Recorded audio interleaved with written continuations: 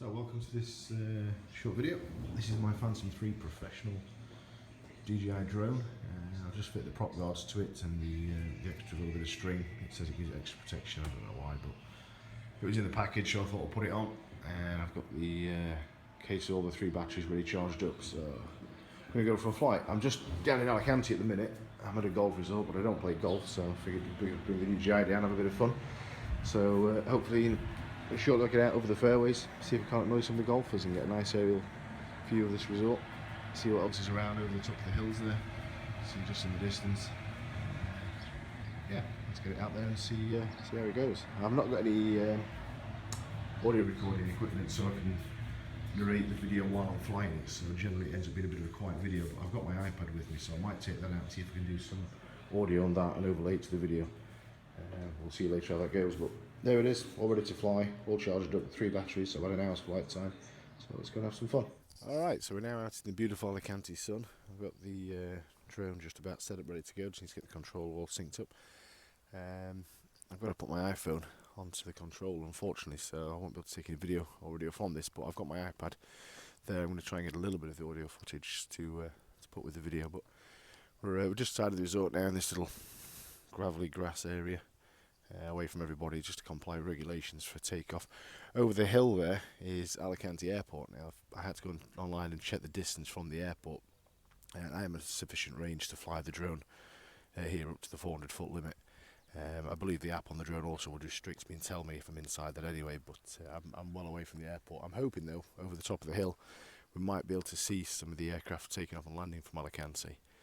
I'm not sure how good the footage will be. I know it's 4K, but as you can see, we've got the sun there in the distance, so I'll be pointing into the sun at a good range, so I might not be able to see the aircraft, but either way, we should be able to have a nice view of the golf resort.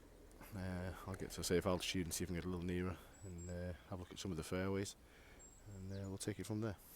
Alright, well, this is recording on the iPad just while I take off. I won't be able to do much video audio footage from them because it's pointing in the wrong direction, the iPad, and it's a little big and awkward to use, but once it gets airborne we'll just transfer over to the footage from the drone and see what we can see.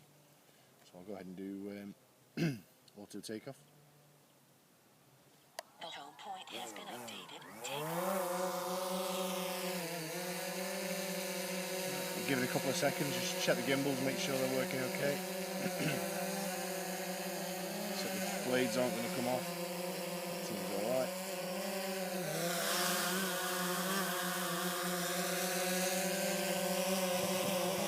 Alright, let's take off and we'll transfer to the drone footage. Here we go.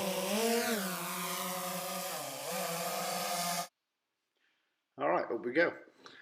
I just did a nice 4 or 5 minute voiceover of the whole, well, half the video, and then realised I wasn't actually recording anything, so a little bit gutted on that. I've not really been using this movie making app many times, so I'm still getting my feet with it. Another thing I've noticed on the video is you can probably see that the terrain looks as though it's sloping downwards there quite a bit. It's not actually sloping down, so I think maybe I've got the gimbal set up wrong. I need to work out how to realign the camera so it looks level. But the resort does look okay, and as I pan around to the hill, it all just looks nice and flat. So whether or not it's because my starting point was off level and it's neutralised to that, I don't know. But I'll have a play around the settings a bit more. This is just lifting up over the hill. We've got Alicante Airport down in the distance. As I said, I did have to check out the range the hotel is out from there just to make sure we comply with the airspace rules. But it is well outside, so I didn't go much further than that anyway, just to be sure. I do like to leave a little bit of extra fat on anything like that. And then panning left past the Alicante town, just in the distance over the coastline. And then as we come further up the coast, it's heading towards Benidorm in the far distance. And then we'll swing back around towards the golf resort. It's all a little bit desert-like, being typical Spain, except for the golf course, which is nice and bright green. Obviously, they keep that well watered. You've got the 2 swimming pools, and then the building on the very bottom left now is my room. And yeah, just flying a little bit over towards the road. I didn't really get much further over than left than there because I didn't want to upset the golfers too much. And obviously flying over buildings adds a bit more hazard and risk. And then as we spin back around to the starting point, you'll see the little black dot just in the corner of the gravel. That's me in the flight box as we descend back down again.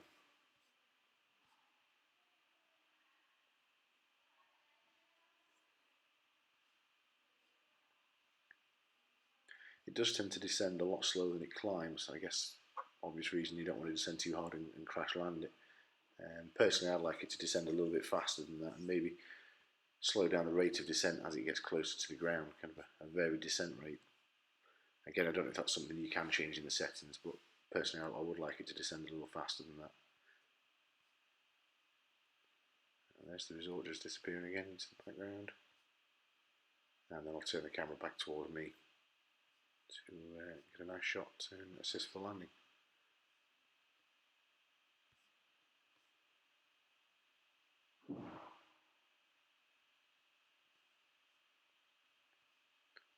It's a little bit dusty on there, so as it does touch down you get a little bit of prop wash bringing up some dust. Have to keep an eye and make sure I don't get too much in the internal gubbins of the machine. There we go, looking very cool. And then that's me just turning off the iPad from the video and the landing, so I'll see if I can cut to that shot and get that on view next.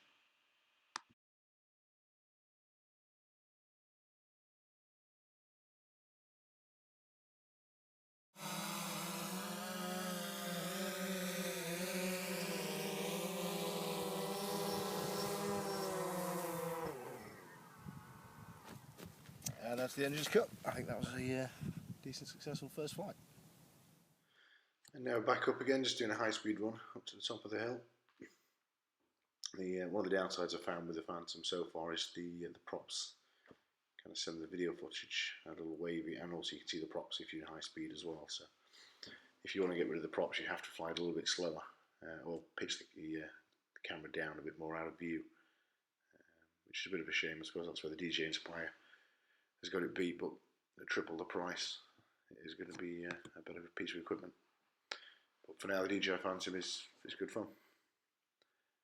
And now I'm just taking a fly down the road, just bottom end of the resort. Just keeping to the right hand side of the resort there, so I don't upset anybody again.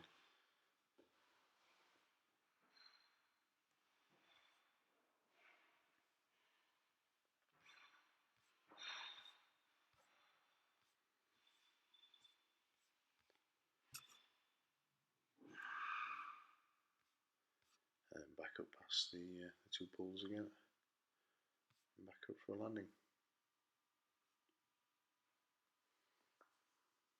So far just working off the one battery. Towards the end of this it was down to about 24% of the battery.